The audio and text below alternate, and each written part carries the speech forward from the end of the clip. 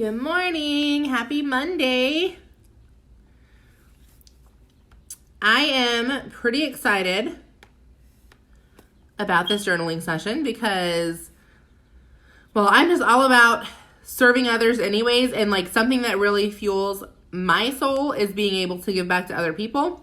So this is just right up my alley completely. Babe, can you turn the light off? Because I don't need the light on with us. We'll wait for a couple people to hop on and we will get started. You do want to make sure that you have a pen and paper with you. This is a live journaling session. So you want to make sure you got a pen and paper. If you want, you can use your bullet journal. That's what I'm using. If not, you are welcome to just use a regular piece of paper. You're welcome to use a regular notebook. Doesn't have to be anything fancy. My daughter's like, ooh, fancy Nancy. Hi, Keisha. Hey, Lexi. So I am using my bullet journal for this. You want to say hi real quick? She's going to say hi, and then we'll get started. Hi. Careful, don't whack me with that. This kid. Good morning. Oh, wait, so first thing we're going to do, we always start with 3 journaling prompts, and then we have just a little devotional to tie it together. So if you guys have anyone that you think would benefit from this journaling session on your own page, feel free to share this. This is something that usually gets shared around quite a bit after I do it, so you're welcome to share it live, have people actually hop on that know you. Yes. Okay. So I get so distracted, y'all.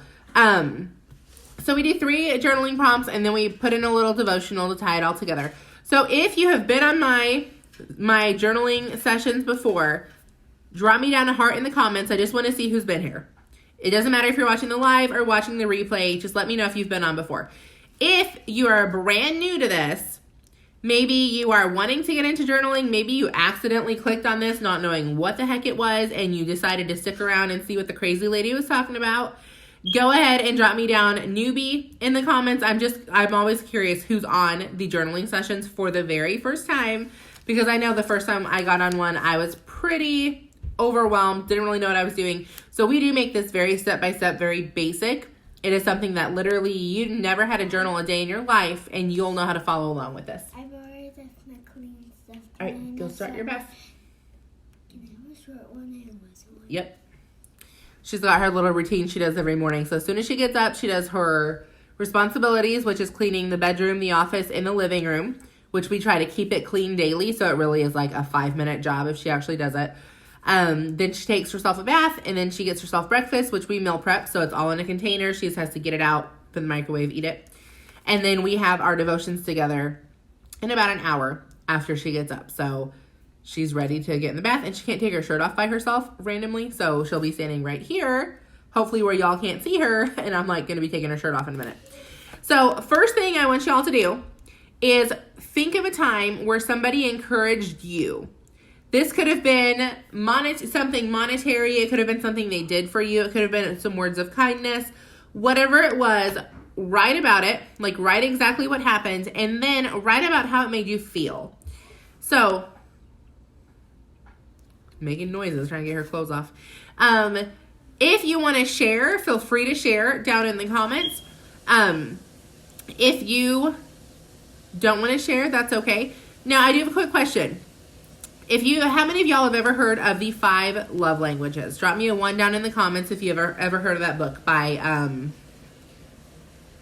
is it Gary Chapman? I think it's Gary Chapman. If you've ever heard of that book, let me know, because we're going to talk a little bit about that today.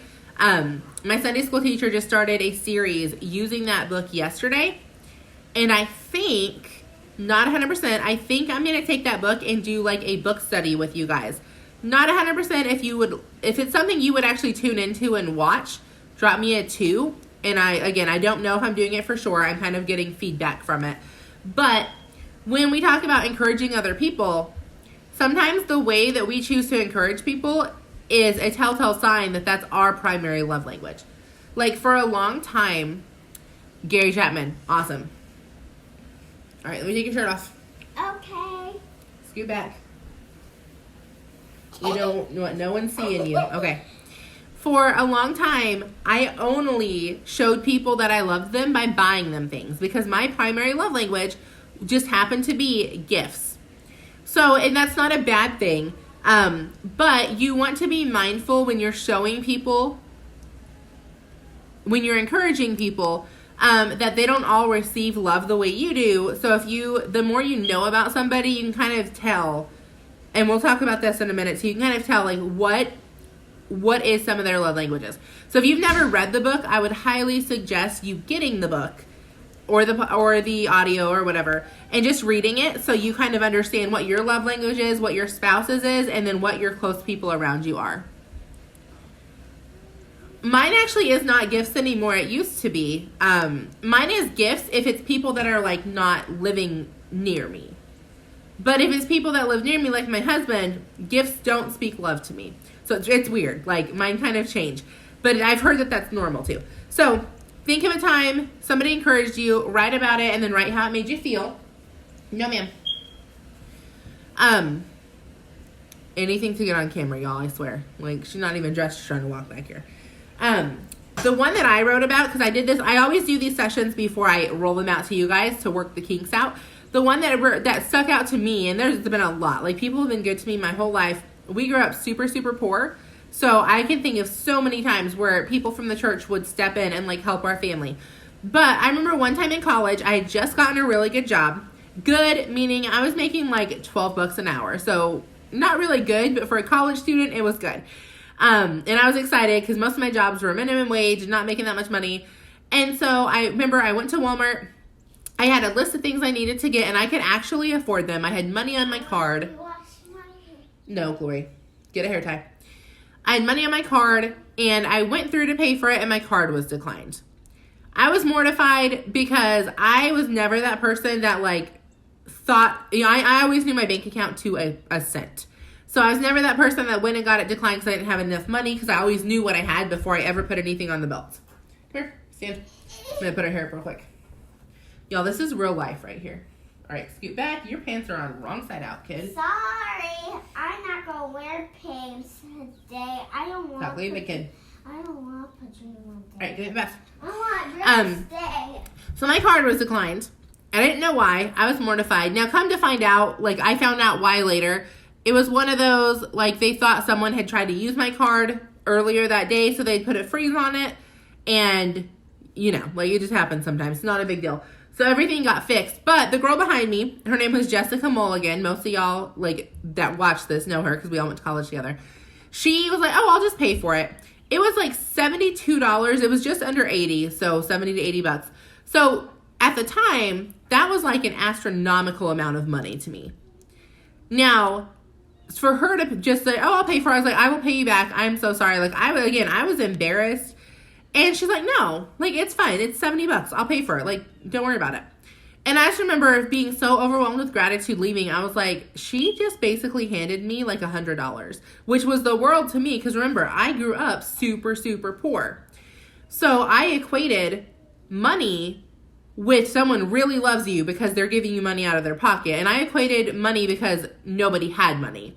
Now I know that that's not the case. Like, money is something that you choose to have or choose not to have by the effort you put in and the mindset that you have. But back in the day, I just thought it was something you had or didn't have, and it wasn't your choice. So when she did that, it was like astronomical to me.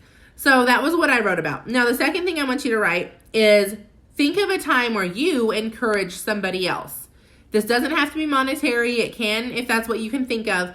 But something in the last year, I would say, think of something where you went out of your way to really give somebody encouragement and really just make somebody's day better, and write about that. And again, if you want to share, share. Like, we love hearing y'all's stories in here, so feel free to share. Excuse me. The one that I can think of was just in February. So every month, I write down just a couple people that God has laid on my heart or a couple circumstances. And I kind of ask myself, and I do some searching of how can I make this person's day better. And I had, for February, I specifically, like, had popped in my mind, I want to be an encouragement to somebody who doesn't have a spouse anymore that is an encouragement to them on Valentine's Day. Because I know, well, I don't know from experience, but I know from watching my mom go through it, because my dad died when I was 9. There were 5 of us kids. I was the oldest. So there are lots of holidays my mom went through without my dad. And there were lots of times people from the church would randomly like bring her roses or, you know, do something nice for the widows. So I wanted to do something nice for just a couple ladies who did not have husbands anymore. So what I did is I have 2 ladies that I know whose husbands are no longer around. They're not deceased, but they are out of the house for a period of time, we'll say.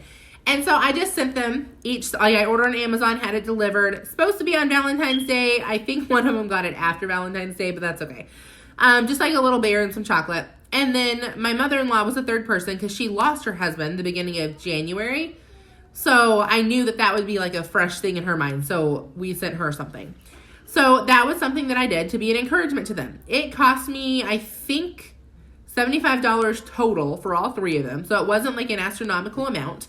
And it could have been just as effective had I handmade a card or something and sent to them. So it does not have to be something that is money. So once you're finished writing about your experience about encouraging someone else, drop me a 3 in the comments and then I'll move on to the next one. The last one to me is the most fun. Just because it kind of gets you brainstorming. So let me...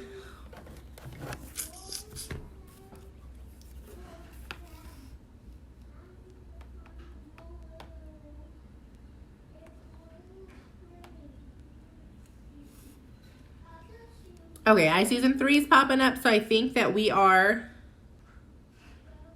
pretty much done with that. The last one that I want you to do is I just want you to brainstorm. Who is somebody that you can encourage in the next 7 days, and what can you do for them? We all know somebody that is either going through a hard time that we can encourage them, or they don't have to be going through a hard time. It could be somebody who never complains and you know it just works really, really hard and they show up for everybody else. Maybe that's the person God wants you to encourage this week. Because trust me, I've been that person more often than not. And when you get that little encouragement from somebody, it really does make your day. Because just because you don't complain about it or tell people that you're tired or tell people that you'd like a little extra time for yourself doesn't mean that you don't. So it's not always the person who we think needs it the most, the one that really needs it the most. Does that make sense? So a couple of ideas, and these can be as big or as little as you want. I'll read through your comments and answer them when I'm off the live. Because again, I do want to hear your story, so thank you so much for sharing. And if you have an idea of how you can encourage somebody, money or not money, doesn't matter, drop it in the comments because I'm always looking for new ideas also. So there's a few things that you could do that take very little money. Something my husband and I used to do before we had hardly any money. We just wanted to be an encouragement, didn't have a lot of money to do it. We would get Starbucks gift cards or Dunkin' Donuts. It depends because we knew the people. And the people at our church, the parents of our students, we would go because everybody left their car unlocked at our church. So we would go and we would just sit a Starbucks card in their front seat. We never told them it was from us. So randomly, every week or two, somebody would find a Starbucks or a Dunkin' Donuts gift card in their front seat. And it was for $5 or $10, depending on if it was a single person or a married couple. Not a lot of money. It was just the gesture. Something else that you can do, you can make a meal and take it to somebody. You can make brownies and take them to somebody. You can make cookies. Like, doesn't have to be a full-blown meal. You can invite somebody over just to drink coffee and play games. This is especially popular when it comes to either stay-at-home moms, because sometimes they just want to get out of their house, right? Or maybe they're a stay-at-home mom and their kids are in school. Like, I know my circle is a lot of homeschool moms, so like their kids are with them 24/7. So it's a little harder. But I do have a lot of friends who their kids are in school, so sometimes I just invite people over. We drink coffee and we play a couple board games and just talk. Like, another generation, I guess, or another demographic that it's popular with is older women. Okay, maybe there's older women in your church that their kids are grown and out of their house. It's just them and their husbands. They're retired. They also like to get out of the house and do things that is just to hang out and have fun. I know I have a lady that was the church that we used to go to, and we go out and do things. Like, she is probably, well, first off, I believe she is early 50s, but she probably is more adventurous and energetic than most people that are my age. Like, the stuff we go out and do and go to, like, different, like, Shipshawana, and we go, like, to the campground and do, like, really awesome, fun things. And I'm like, most people just think of when you start getting older, like, you don't want to go out and do things. You want to sit home all day. That's not the case. Guys, so many, and I want to be like that. Like, I want to be in my 50s and out having adventures. I don't want to be sitting at home, like, knitting all day. So I know that there's people that you know who you might count out of, like, oh, I don't want to ask them. Maybe they don't want to do it. All they're going to do is tell you no. But you might find somebody who loves adventure as much as you do, and you find a really good friend that has a lot of wisdom because they have lived so much more life than you have. So don't count people out either. Something else that you can do, and this would be for a whole nother demographic of women that have young kids, and offer to babysit them for free. So them and their spouse can go out, or they can just go out and run errands by themselves. It doesn't have to be on a date night. Just offer to babysit their kids. And then the last one I've written down is just write a sweet note to people. Something we did last year, I was teaching a class of teenagers, and something I had them do is, it's all teenage girls. I had them every week. So first off, we wrote down a list of all of the kids in our church that were a certain age. Every week, they were in charge of writing one person a note and bringing them some kind of candy. So like a 50-cent candy bar. And they did it, and the kids loved it. And then I also participated. So we had all the kids written down. We divided it into how many teenagers were there. We each got our own list, and every week we picked one person off that list until every kid had been gone through. It was something the kids thought was awesome, and they just got loved on a little bit extra. And you could easily do that just yourself. Like, maybe you are an older lady in the church. How many teenage girls are in your church that would be encouraged by you just bringing them a sweet note and their favorite candy bar? And you can talk to the youth pastor and find out, what candies do they like. Maybe you're a teenager watching this, because I know I have a lot of high school seniors right now that are watching this, that watch these videos, because y'all reach out to me and I think it's funny. Because, teenagers is something I've always been called to. Like, I'm very good at speaking to them. So I think it's funny that I have so many teenagers that watch this. And maybe you can do the reverse. Maybe there's a lot of new moms in your church. Maybe there's a lot of grandmas in your church. Maybe there's just maybe your church is really small, but you have like 15 women that you can think of that you can go through, and once a week, pick one of them, pray for them that whole week, and then write them a note and let them know. Maybe, like, you're a teenager, you're broke, you don't even have money for a candy bar every week, and that's fine. Write them a sweet little note and just let them know, hey, I'm praying for you and your family. Maybe you can go a step further and say something like, if I'd love to come over and spend an hour cleaning your house for you this week, or I would love to, maybe you can mow yards. I can't even turn the lawnmower on, but maybe you can. Maybe you're smarter than me. I'd be like, I'll clean your house. I ain't trying to do yard work. But everybody has different talents and different strengths. So, and that's all free, guys. It's all free. So those are a few things that you can do that don't cost any money, that you can just be an encouragement to somebody else. Now, I'm going to flip to something that does cost money, and don't tune me out, because I am a firm believer, if you don't have any money, that is when you should be giving back more, because what you put out is what God gives back. And again, that's science. Like, I'm not going to sit here and try to explain it to you, but I do know it works because I put it to practice more than once. Something that I personally do is, in my business, there is one part of my income that is not consistent, and it can get really big. It can be non-existent. Like, we're in total control over it. It's not our commission. It's one part that's a bonus. So I've told God over and over, I will give back a certain percentage of whatever you give in this area of my paycheck, because it is something I can control just by how hard I want to work. So something that I'm doing, and I'm so excited about this, I've done this for the last year, is I will pick out one or two women. Sometimes it's teenage girls, by the way. It's not always it's different categories. I don't just do one. And I tell God, okay, a certain percentage is going to go into this envelope, basically. When I reach this amount, I'm going to do this for this person. And here lately, he has been giving me so much increase in this that I get to do this once a month for somebody, and I absolutely love it. So the next one that I've picked out, what I'm going to do is, she's a mom. She is a little older than me, so I would say still a young mom. Like, our kids are small, but we're not like new moms. And she is so selfless.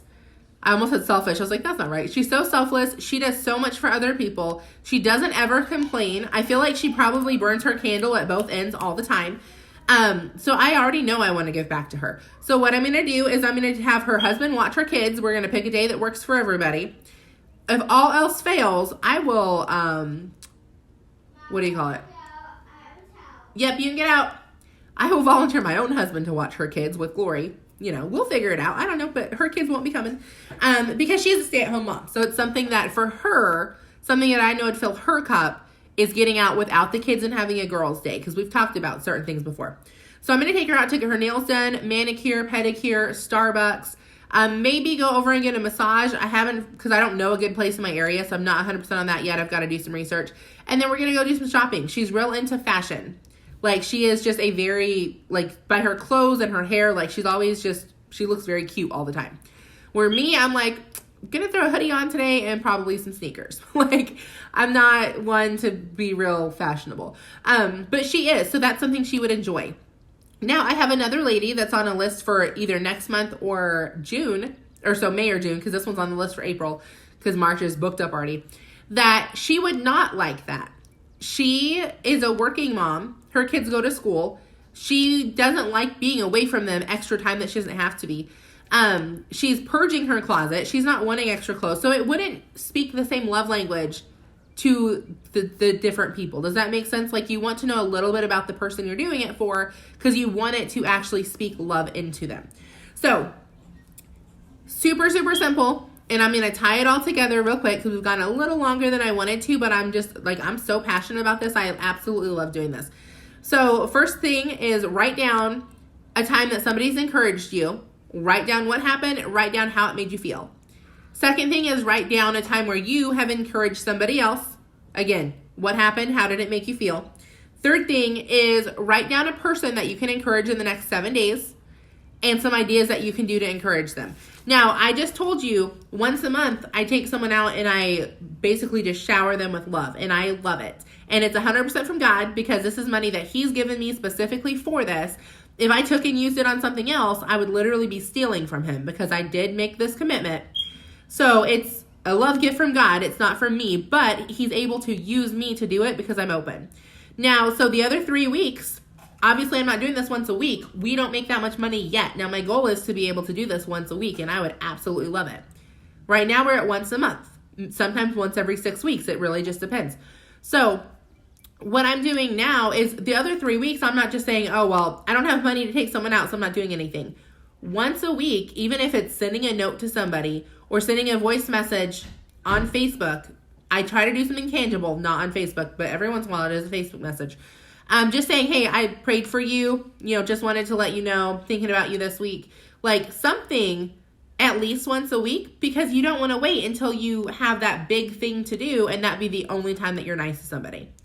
Like, start now, start doing something small, and God will give you that something bigger that you can do even more. Like, it is my goal, by the end of this year, I have a group of girls, we'll call them, that I want to take out and just spoil. Like, well-deserving, just amazing girls that I want to take out and spoil. It's going to cost me about $1,000. I've already planned out what we're going to do and the prices for everything. But I know that if I put my mind to it, and I'm all about, I work my butt off. Y'all that know me, you know that, we laugh about it, but Brett and I are the people that people come to when they want something done because they know it's going to get done right in first class. But something that we do is we work and we do everything in our power to make it happen, but then we ask God to basically take our efforts and multiply them because He can do way more than we can. So that's something that we really practice what we preach, so to speak. I tell my team all the time, like, you can only do so much. Ask God to multiply your business, and He does for the people that ask. Now, the people that just do it in their own strength, they usually are the ones barely hanging on, may or may not be with the company in the next week or two because they're always falling behind. Not necessarily enrollments and that kind of stuff, but just in general in their mindset. Like, God's not a miracle worker, he's not a magician, but he is somebody that he will multiply your efforts if you ask him. So, all that to say, the Bible talks so much about how one thing that Jesus did is he spent time with his followers to encourage them. Now, the most precious commodity we have is time. It is so easy to write a check and send it to somebody. Most people, that doesn't fill their love tank. Like, heck yeah, I got some money, I'm going to go shopping, I'm happy. But like, did you really show me you loved me, or did you take the easy way out because it's easy to write a check to anybody? Now, I'm not saying I never do that. And there are times when it is more beneficial to just write a check or give some money than put the time in, because it doesn't matter either way. Hey, Gloria, you okay? Okay, I didn't hear her, making sure she got out of the bathtub. Okay. All right, you're good. Just keep getting dressed. So yesterday was one of those days for us. I had a certain amount of money set aside to do for somebody. I didn't know what it was going to be. I didn't have God didn't lay anybody in my heart. Sometimes I just keep the money until he puts someone on my heart. But it's set aside, so I make sure I don't spend it, because I have to do that to keep it in my head.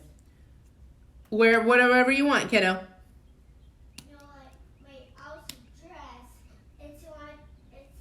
Honey, I don't know. If you can't find it, you can't wear it. So wear what you want. If not, just wait till I'm done. She has a closet full of clothes. She's got plenty to wear. So anyway, so they announced in Sunday school that, we know they've been planning this basketball league as an outreach ministry, and it's starting today. So they announced in Sunday school, if anybody wanted to donate snack items, what they're going to do is they're going to basically sell not a vending machine. What do you call it when you have a sports event and you sell snacks? I don't know. Y'all drop me some comments, because of my brain, I don't even know what it's called. But anyways, when you sell snacks, and then all the proceeds that go from that are going to be sent over to a missionary. So when he said that, instantly I told my husband, I was like, I'm going to donate to that. I don't have time to go to the store. It doesn't show them any more love if I go to the store and buy all these snacks and give them, or if I just give money. So I just decided I was just going to hand him $60. And I told him, I was like, I don't have time to go run to a store right now, and I don't have a Costco membership or anything anyway, so it'd be more economical, I guess, for them to do it, because they have Costco. I don't, so it'd actually be wasting money that could be going to that missionary. So I was like, it's smarter to just give you the money, you go do it. So there are times when it's smarter to just give the money. But when you're talking about someone's love language, if you want to put money into it, that's awesome, but usually your time needs to go with it to really show them that you're loving them. And that's something the Bible hits hard when it talks about how Jesus was an encouragement to people. It almost always was him spending time. He did miracles, and he turned water into wine, and he helped not a theologian, guys, so I get lots of these details wrong. But I can't remember the dude's names. I think it was Peter. But when they cast the net and couldn't catch any fish, and then Jesus showed them basically how to do it on the other side and brought in a whole bunch of fish. All of those times, Jesus was an encouragement because he was present. So, anyways, I hope you guys have an awesome rest of your Monday. Thank you so much for tuning in. Thank you guys for sharing this concession stand. Y'all, I don't know how I forgot that. A concession stand. That's what I was trying to find out earlier. So, have an awesome Monday.